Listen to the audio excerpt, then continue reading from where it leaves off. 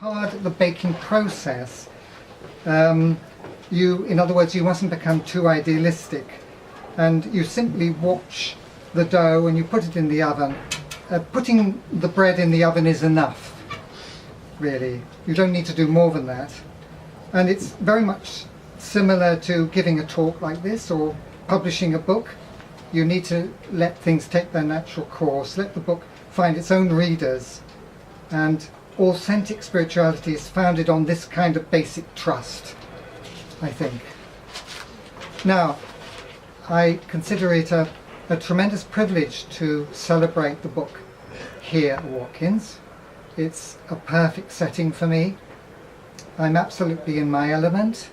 I belong to a family of publishers and booksellers, and I've been a customer at Watkins for about 45 years actually, and it's always been a refuge for me. I was fortunate enough in two respects. Firstly, I met my wife when I was working here. I worked here in 1978, and my wife Wendy was a customer. I didn't get to know her then, I got to know her later. I was also fortunate enough to meet Mr. Geoffrey Watkins. The first time I met him was in 1967. I was very young then, and the counter in those days was on this side of the shop, and I'll never forget Mr. Watkins' manner of quiet authority. He had this very quiet presence, and he told me about books which are available from India about Ramana Maharshi, because I was interested in the path of self-inquiry even when I was a young man. And Mr. Watkins imparted this sense of confidence. Now, a few months later I dropped out of my job. I was a reporter on a local newspaper in Surrey, and I dropped out of my job and I went off to India to further my quest for truth. And I went to South India and I stayed for 8 months at Ramanashram at Tiruvannamalai, and it was at Arunachala that I first encountered the writings of the lady whose book this is really, Claire Cameron. It's one of life's little ironies, but I found that Claire lived and worked in West Sussex, very near my father's home, and when I came back from India, I wrote to her from India, she replied, and then when I returned to England I met her and we became friends, and she actually was a bit like a grandmother to me, because I found the adjustment to life in the West after a long time in India, I found it very difficult, and she really supported me in many ways. She encouraged me to write because she was the editor of a small monthly magazine, Christian magazine, and she encouraged me to contribute to this. Now, when I was researching this book, her life, I discovered, to my surprise, that she knew Mr. Watkins very well. She didn't call him Geoffrey, she called him Nigel. And I don't know why he had the nickname of Nigel, but anyway he did. And Claire was a wartime editor of The Middle Way, the British journal The Middle Way, and like Mr. Watkins, she endured the very difficult conditions of the Blitz in London. And so there's a lovely pattern here, I think, the way everything sort of works together for good, all the interconnections.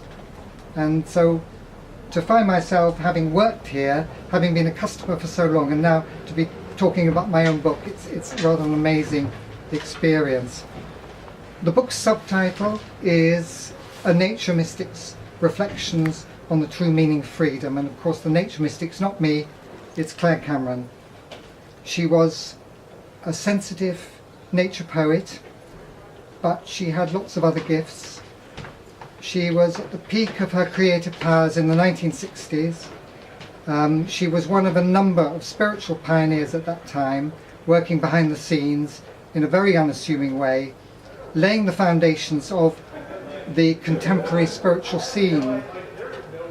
She numbered among her friends people like Alan Watts, Christmas Humphreys, Lama Govinda, Sangharakshita, Israel Regardie, the occultist Israel Regardie, Eileen and Peter Caddy of Findhorn, and she knew Aleister Crowley fairly well as well, although she wasn't totally convinced by Aleister Crowley. She foresaw the present era of unrest in the world, and she warned her readers to expect turbulence at the turn of the 20th century, at the millennium. She was writing around about 1976, and she saw that things were only going to get worse. And she wasn't an idealist, a naive idealist. She understood the world was an exceptionally dangerous place. And she foresaw the collapse of the old materialistic order. This book can be read on several different levels. In one way, it's a tribute to Clare. It's a record of my friendship with her. I wanted to preserve her marvellous writings for posterity. It's a simple account also of a long and remarkable life, and it's the presentation also of a sane and balanced spiritual teaching. She was very balanced. All these elements are woven into a sort of rich tapestry. When you study someone else's life in its entirety, you're privileged to see the unfolding of destiny, and that helps you discern the pattern of destiny in your own life if you have eyes to see. And the key to this looking is deep understanding. When you look with care, diligence and love, then things look quite different compared to when you used to become overwhelmed by the continual violent upheavals in the world. You begin to experience equanimity, and this is the dawning of a fresh perspective, really a spiritual perspective. Now, the question arises, if life is predetermined according to karmic, prarabdha karma, as Ramana Maharshi would say, what freedom do we have in actual fact? And I think Clare would have said that we have the freedom to either resist life's onward flow or cooperate with the lessons and experiences that life brings with all its challenges. And Clare taught that when we sit loose to life, this is one of her phrases, sit loose to life, and we stop interfering with things, everything tends to fall into place in a harmonious way. And she said that we become, and this is another favourite phrase of hers, attuned to the quiet rhythms of the universe.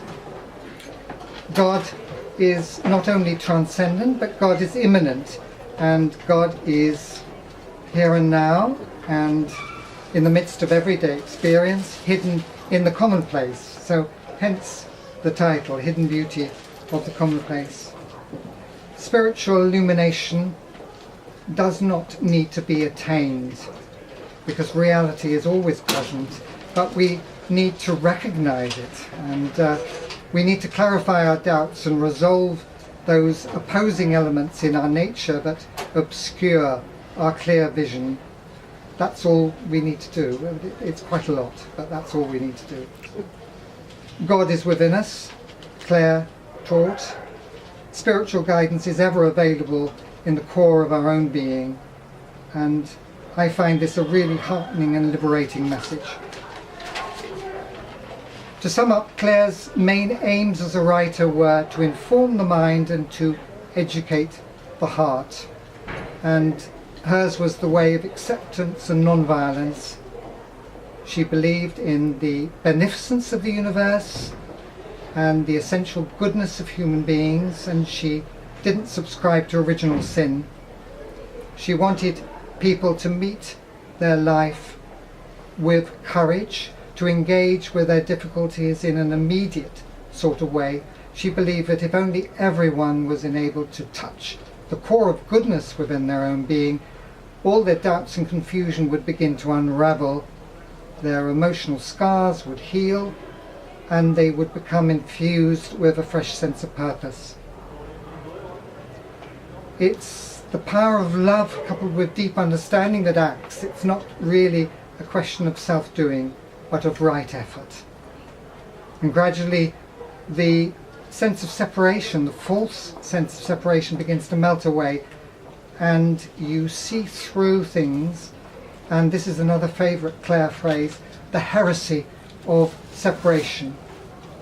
And we begin to discover what our spiritual identity really is, as a conscious and aware being. And this is the goal of Ramana Maharshi's self-inquiry, to find out who you are. Clare was a small person. She was diminutive, but she was sturdy. She was very resilient. She was ardent, and she was a free spirit. And she loved to talk about the perennial philosophy. She was strongly influenced by Buddhism. She had been editor of the Middle Way, but she loved the Chinese teachings, the Taoist teachings, but at heart she always remained a Christian. She belonged to the Christian mystical tradition. I realized once I finished writing the book that I'd actually forgotten to define what a mystic is. So I had a look, and I found a definition by the Anglican teacher. A mystic, the mysticism is the art of union with reality. That's how even Underhill describes it. So as a mystic we can consider Clare along with figures like Mother Julian of Norwich, Meister Eckhart, Brother Lawrence, Jacob Boehme. And as a nature poet we can think of her together with Richard Jefferies, Edward Thomas and Kathleen Raine.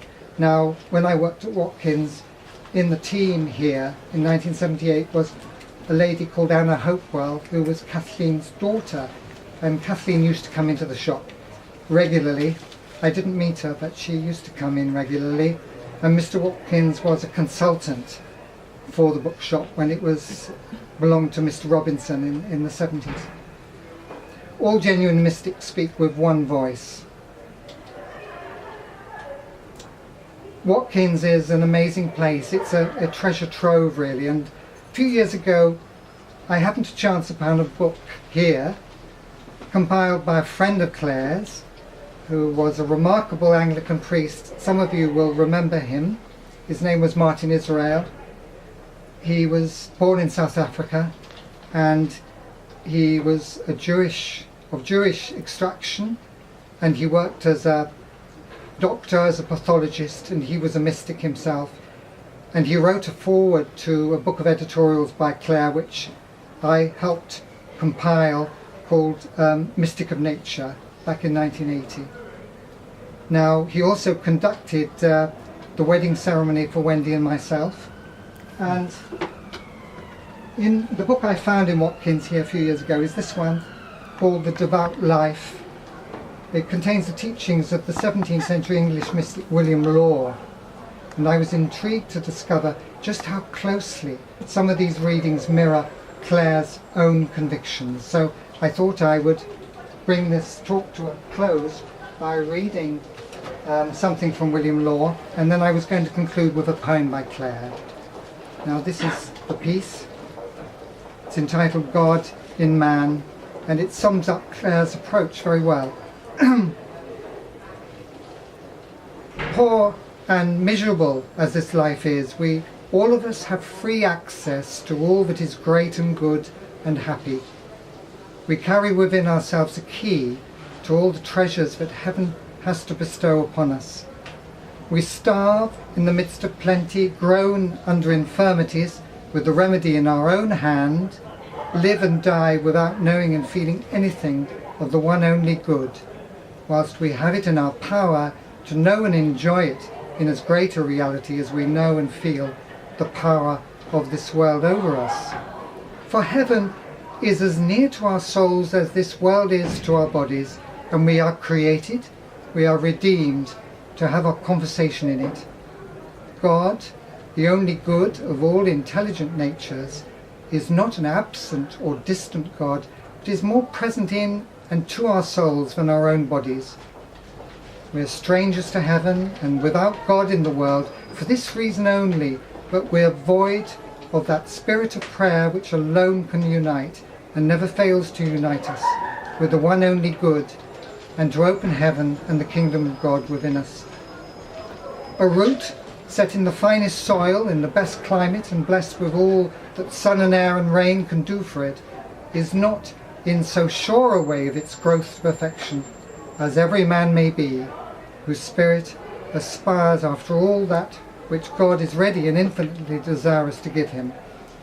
For the sun meets not the springing bud that stretches towards him with half that certainty as God, the source of all good, communicates himself to the soul that longs to partake of him. So I'll finish with a poem by Clare, which is in the book Hidden Beauty of Commonplace. It's entitled The Rhythm, and it goes like this. Very long is the night as we ride over the rim of the turning world into the veiled unknown, and so hooded our sight that every man in his cloak of silence broods or dreams or wages war in his heart, confused, alone. Yet, somewhere far or near, the day is breaking in summer and shining air. How few in the darkness know or see the clear track under the hooves and feel the star-ringed fingers lightly laid on the frosty bridles, leading the way we go. It is not long till day. The world will swing from shadow to the sun, and wars, bereft of power, with dreams will drift away. And lifting up our heads we shall smile to waken. I will take your hand and bid you good morning in that hour, as we ride over the rim of the turning world, breaking into flower. Thank you very much. Well, I go back to my original meeting with him, which made, such a deep impression on me. I hadn't met many people who knew about Ramana Maharshi. Ramana Maharshi was little known in the 60s. There had been some books by Arthur Osborne about him. And I came in here, and Mr. Watkins, he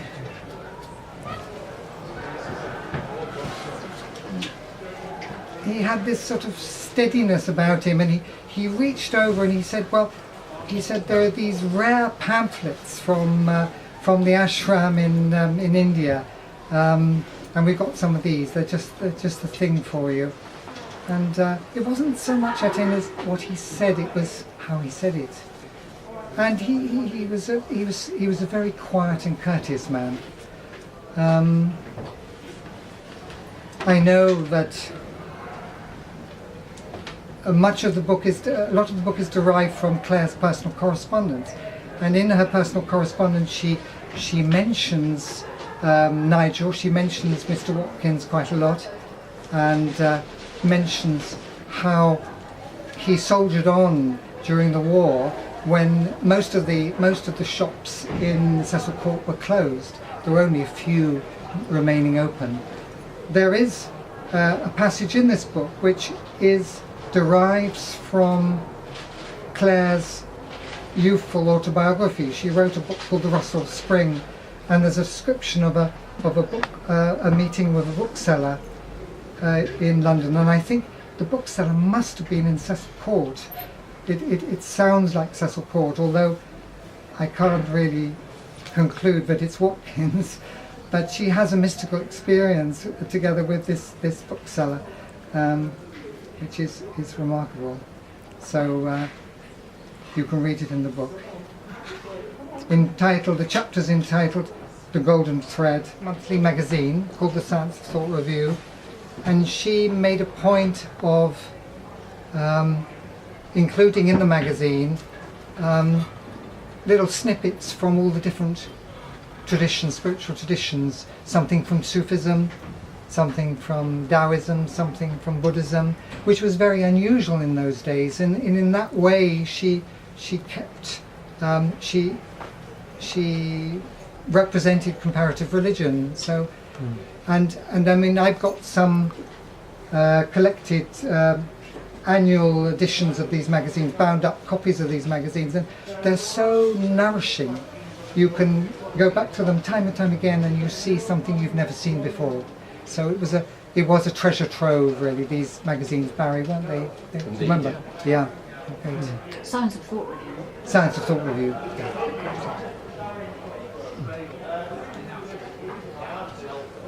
How much interaction was there between Claire and Martin Israel, as far as you know?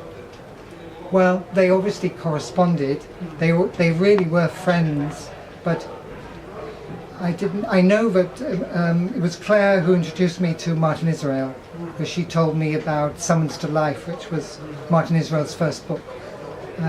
She recommended that to me, and it was through that that we met Martin. And so how much personal contact they had, I'm not sure, so I don't know.